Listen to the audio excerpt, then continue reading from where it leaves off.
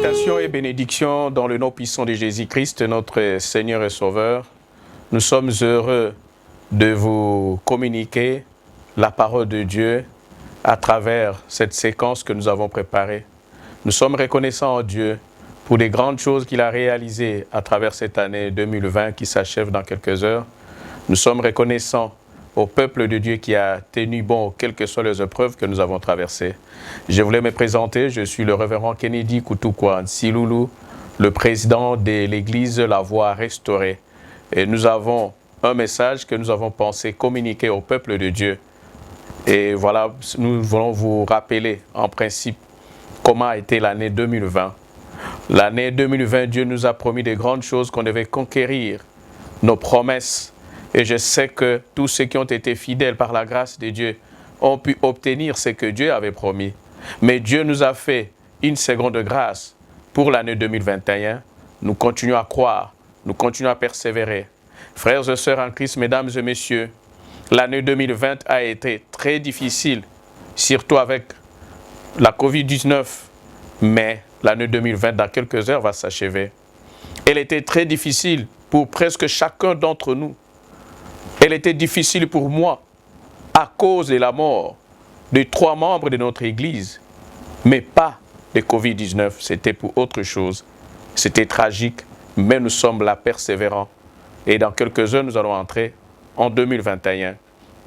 Passer Noël en famille, passer Noël avec la communion d'enfants, ce fut certes un moment de joie et de partage, mais aussi des réalisations que certains ne sont plus là pour nous partager leur sourire. Cela fait bizarre et nous rappelle l'espérance que nous avons en Christ. Et c'est ça qui nous console, qui continue à nous consoler malgré leur absence. Je sais que beaucoup d'entre vous ont subi des pertes en 2020. Perte de personnes chères, perte d'emploi, perte de santé, perte de la paix, de l'âme. Mais retenez que notre Seigneur Jésus-Christ nous a prévenus que nous aurons des tribulations, nous aurons des persécutions, mais il nous a rassurés qu'il a vaincu le monde. Et il nous donne à chaque instant la force de persévérer, quelles que soient les épreuves que nous avons endurées, surtout en cette année 2020. Car il ne nous a jamais promis que le voyage sur terre soit facile. Ça, ce n'est pas l'évangile que nous avons enseigné. Mais il a promis que la destination en valait la peine. Et nous allons passer dans quelques heures l'année 2021. Et dans la parole de Dieu, la signification des chiffres est vraiment important à comprendre. Les chiffres 21, nous allons entamer 2021 dans quelques heures. Le chiffre 21, c'est le chiffre de la perfection par excellence. Les travaux que nous avons commencé, les efforts que nous avons fournis en 2020, qui n'ont pas peut-être abouti jusque-là, mais nous savons que cela va aboutir parce que notre Dieu est fidèle. Le chiffre 21, nous avons dans le chiffre 21, 3 fois 7, c'est le 21 selon la Bible. Il symbolise la sagesse divine. Le chiffre 21, la sagesse divine. Le chiffre 21, c'est le miroir de la lumière éternelle. Nous croyons avec notre Dieu que nous serons encore beaucoup plus éclairés grâce à sa pureté qui traverse et pénètre tout. Le chiffre 21, c'est la relation avec le monde spirituel. Nous allons atteindre notre projet et nous sommes en train de pressentir, de voir ce que Dieu nous prépare pour cette année qui sera meilleure, frères et sœurs, que l'année 2020. Avec tous ces problèmes, restez derrière vous et voyons vers l'avenir 2021, ce qui nous réserve. Et nous savons que tant que nous sommes fidèles, Dieu nous réservera des grandes choses. Les chiffres 21 nous montrent la qualité du renouvellement. Nous avons partagé avec vous un nouveau départ, un nouveau commencement. Oublions ce qui est en arrière. Oublions les souffrances. Le chiffre 21 nous ouvre au renouvellement de nos mentalités, au renouvellement de la parole de Dieu, au renouvellement de la mise en pratique de la parole de Dieu, de la moralité, de tout ce que nous pouvons avoir. C'est un nombre ou un chiffre représentant la maturité et la responsabilité d'un individu. Et le chiffre 21 symbolise Et également la notion du chef, du leadership. Et rappelez-vous, le monde nous enseigne que c'est vers l'âge de 20 à 21 ans que l'homme atteint sa taille définitive. Comme je suis là, je ne peux plus changer, pas peut-être avoir des cheveux blancs comme je l'ai aujourd'hui, mais je ne peux plus croire que je puisse avoir beaucoup plus de centimètres encore. Ça, ce n'est plus possible. Après 21 ans, la personne commence à se fortifier, à se focaliser sur lui-même, mais il n'a plus quelque chose à changer. L'homme atteint sa taille définitive, je disais, c'est entre 20 et 21. C'est très important de voir que nous sommes en train de quitter 20 et 21. Le chiffre 20, nous savons que le chiffre 20 symbolise la clôture. C'est comme ça que vous allez voir que vers la fin, Dieu a manifesté sa grâce et sa bénédiction parmi tant d'autres. Parce que c'est la clôture d'une série. Nous sommes en train de clôturer une décennie.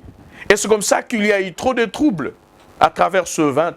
Mais à partir de 21, nous sommes en train de commencer une nouvelle série. Un nouveau commencement.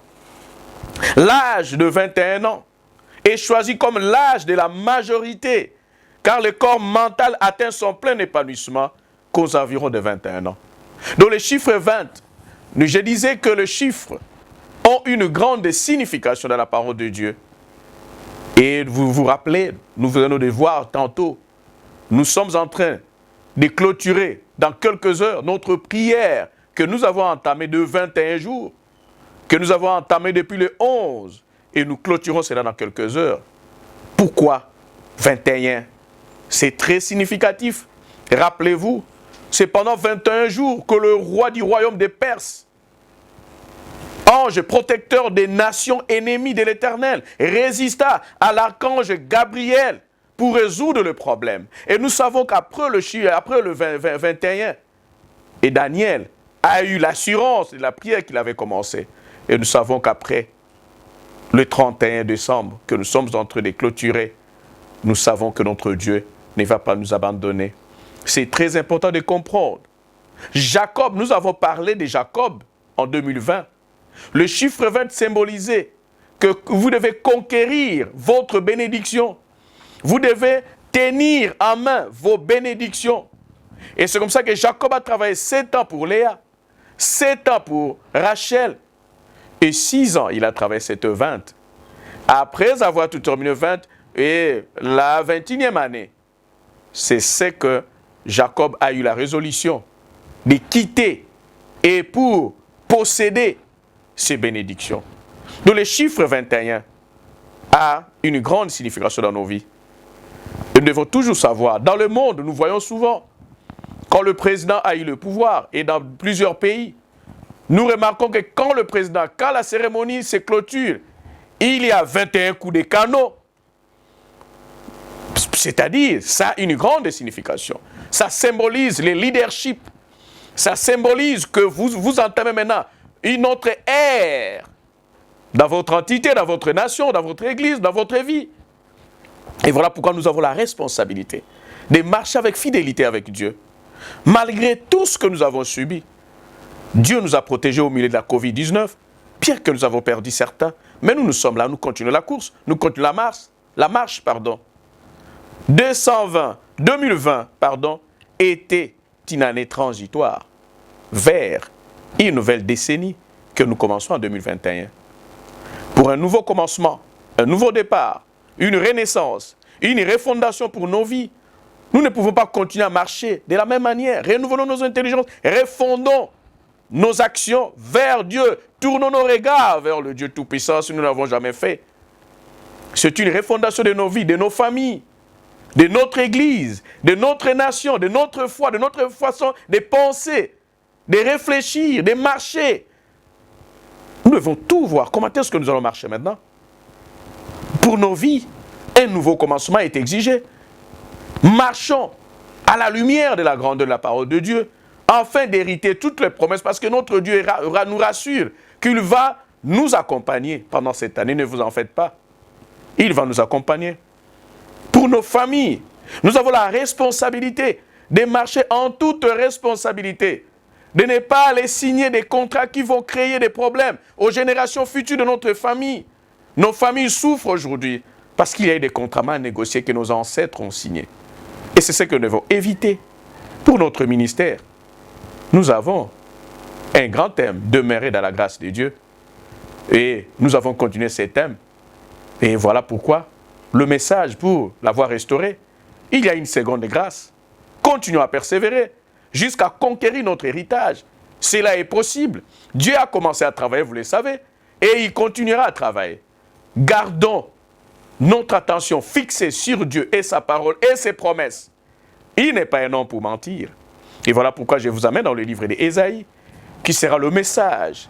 Dans le livre d'Ésaïe, chapitre 1, voilà le message. Comment est-ce que nous voulons conquérir nos bénédictions? Mais comment est-ce que nous allons les conquérir? Le message est focalisé Ésaïe 1, 16, 19 à 20. Je lisais Ésaïe chapitre 1, 16, verset 16, verset 19 à 20. Lavez-vous, purifiez-vous, ôtez de devant de mes yeux la méchanceté de vos actions. C'est ça la refondation, la renaissance. Changeons notre façon de marcher, frères et sœurs, mesdames et messieurs. Cessez de faire le mal. J'en appelle l'attention, cessez de faire le mal. Dieu est prêt à nous bénir au niveau de nos vies, au niveau de nos familles, au niveau de notre église, au niveau de l'église corps du Christ, au niveau de la nation, la RDC, autorité, cessez de faire le mal. Et quand nous allons cesser de faire le mal, mais la condition pour que Dieu puisse nous bénir et puisse réaliser toutes les promesses de 2021, verset 19, si vous avez de la bonne volonté. Dieu ne vous force pas de cesser de faire le mal. Il vous enseigne de cesser de faire le mal. Mais cela dépend de votre bonne volonté. Vous pouvez éviter. Si vous avez de la bonne volonté et si vous êtes docile, vous mangerez le meilleur produit du pays. Notre pays est béni. Notre pays est rempli de toutes sortes de bénédictions. Dieu a répandu sa parole à travers cette nation. Mais pour manger la meilleure production du pays, nous avons beaucoup pleuré pendant les années. Et Dieu est prêt, il a écouté, il a entendu nos gémissements. Il veut travailler avec nous. Mais est-ce que nous aurons la bonne volonté de marcher selon sa volonté? Parce que c'est là la condition. Pour manger le meilleur produit des productions du pays, nos minéraux, nos terres, verset 20. Mais si vous résistez, et si vous êtes rebelles, vous serez dévorés par les glaives, car la bouche de l'Éternel a parlé. Ici, quand Dieu dit que la bouche de l'Éternel a parlé, c'est-à-dire il a signé. Alors, frères et sœurs, mesdames et messieurs qui me suivent en ce moment, cessez de faire le mal. C'est la seule condition que Dieu nous demande, afin que nous puissions jouir de toutes les bénédictions, de toutes les promesses qu'il nous promet en 2021. Cessez de faire le mal. Mais si nous résistons, là, c'est notre problème. Il nous donne des promesses pour cette année. Joël chapitre 2, 25 à 27. Ça, c'est la deuxième promesse. Pour quiconque m'entend en ce moment, c'est bien de crier « Bonne année 2021 », mais est-ce que nous allons marcher avec Dieu? Joël chapitre 2, 25 à 27. « Je vous remplacerai les années qu'ont dévoré la sauterelle. Les gens sont en train de pleurer, les gens sont en train de pleurnicher. En tout cas, ça ne marche pas. Moi, l'âge est avancé. Je ne pense plus encore aux promesses de Dieu. Mais Dieu nous dit, tout ce que nous avons perdu, pour notre nation, pour notre vie, pour nos familles, pour notre église, je vous remplacerai les années qu'ont dévoré la sauterelle, les Gélec, les Asiles, les Gazam, ma grande armée que j'avais envoyée contre vous. Il y a des gens, des étrangers, qui ont dévoré notre nation, les étrangers qui nous ont dépossédés de bénédictions de Dieu. Mais Dieu nous promet, il va nous les remplacer. Il n'est jamais trop tard chez Dieu. Verset 26, vous mangerez 2021, vous mangerez, croyez à cette promesse, croyez à cette parole. Dieu est derrière sa parole pour l'exécuter. Là-bas, il a signé. En Ésaïe, il a signé. Quand la bouche de l'Éternel a parlé. Quand il dit que la bouche de l'Éternel a parlé, c'est-à-dire il pose sa signature. Ça dit, il ne renoncera jamais à ses promesses. Vous mangerez. Et le verset 26, je disais, et vous rassasierez, et vous célébrerez le nom de l'Éternel. Dieu nous délivre. Dieu nous délivre, afin que nous puissions les servir, afin que nous puissions les célébrer, afin que nous puissions les louer, afin que nous puissions l'adorer. Votre Dieu qui aura fait pour vous des prodiges, des signes, et mon peuple ne sera plus jamais dans la confusion. Frères et sœurs, je vous rassure, pour cette année nouvelle que nous commençons, la confusion va changer de camp, mais pas de notre côté. Pour ceux qui resteront fidèles, qui ne seront pas rebelles, qui ne vont pas résister aux promesses de Dieu. Le verset 27 conclut, « Et vous saurez que je suis au milieu d'Israël. Dieu veut marquer sa présence dans votre vie pour cette année. Dieu veut marquer sa présence dans votre famille cette année. Dieu veut marquer sa présence pour cette année dans votre famille, dans votre église, dans notre nation, ensemble. Dieu veut marquer sa différence. Et nous allons voir réellement que Dieu est au milieu de nous, ce Dieu qui commence maintenant à travailler. Et vous saurez que je suis au milieu d'Israël, que je suis l'Éternel votre Dieu, qu'il n'y a point d'autre, et mon peuple ne sera plus jamais dans la confusion. Il insiste 2 fois, c'est établi. Il établit que ce peuple qui a tant pleuré ne sera plus dans la confusion. Mais la condition, marcher selon les promesses de Dieu. Pour notre nation, nous avons aussi un message aux autorités qui nous dirigent. Nous prions pour vous, mais nous demandons aux autorités de toujours placer Dieu au-dessus de tout. Comme elles le font jusque-là. Jusque-là, nous sommes en train de mieux marcher avec les autorités. Vous êtes en train de placer Dieu en première position. Mais il faut continuer à le faire. Et j'interpelle les autorités afin que l'Éternel Dieu soit leur force. De ne pas signer des accords qui feront souffrir des générations futures. Les accords de nos pères de l'indépendance ont fait subir à la nation des conséquences graves au point que nous en subissons aujourd'hui. Et c'est comme ça que même dans l'histoire, nous avons vu, dans l'histoire, on nous a enseigné, le général Yancès est en train de dire qu'avant l'indépendance est égal après l'indépendance, parce qu'il savait que les accords étaient mal négociés. Et nous avons vu des autorités qui ont signé des pactes avec le diable pour maintenir la paix. Le diable n'a jamais donné la paix, c'est Jésus-Christ qui donne la paix. C'est Jésus-Christ qui délivre complètement. Mais les gens qui ont signé, c'était une paix éphémère. Il y a eu des autorités qui sont allées signer des accords avec des armées étrangères pour maintenir la paix. Mais ce n'était qu'une paix éphémère. Chères autorités actuelles, nous voulons que vous puissiez signer des accords qui vont apporter la paix durable. Et c'est avec Dieu et considérant les intérêts de Dieu et de son peuple. Nous allons voir un accord qui a été signé entre les libérateurs et les tyrans. Mais c'était un bon accord. Soyez pris avec les accords, nous sommes en train de vous suivre. Vous êtes en train de signer des accords. Vous êtes en train de faire des arrangements politiques. Que ça soit pour l'intérêt de Dieu et de son peuple. Ici, nous allons voir un libérateur, Moïse, qui va négocier la paix, la libération du peuple de Dieu. Exode chapitre 10, 24 à 26. Nous voyons. Pharaon appela Moïse et dit, allez servir l'Éternel, et il n'y aura que vos brebis et vos bœufs qui resteront, et vos enfants pourront aller avec vous. Moïse répondit, tu mettras toi-même entre nos mains de quoi faire des sacrifices et des holocaustes que nous offrirons à l'Éternel notre Dieu. Nos troupeaux iront avec nous. Voilà une bonne négociation. Et il ne restera pas un ongle. C'est-à-dire, ne négociez pas pour sacrifier les intérêts des autres. Et nous allons voir que Moïse était clair dans les négociations. Et il a voulu récupérer non une moitié de la délivrance, mais la totalité. Alors, frères et sœurs, mesdames et messieurs, chères autorités, je pense que cette année qui s'ouvre a des grandes bénédictions pour nous. Mais tout ce que nous vous demandons, c'est de marcher avec Dieu, de mettre Dieu en première position. Dieu est capable de nous remplacer les années que nous avons perdues.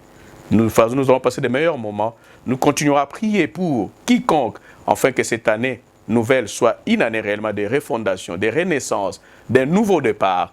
Et ne regarde plus en arrière. Voilà le message. Que Dieu vous bénisse abondamment.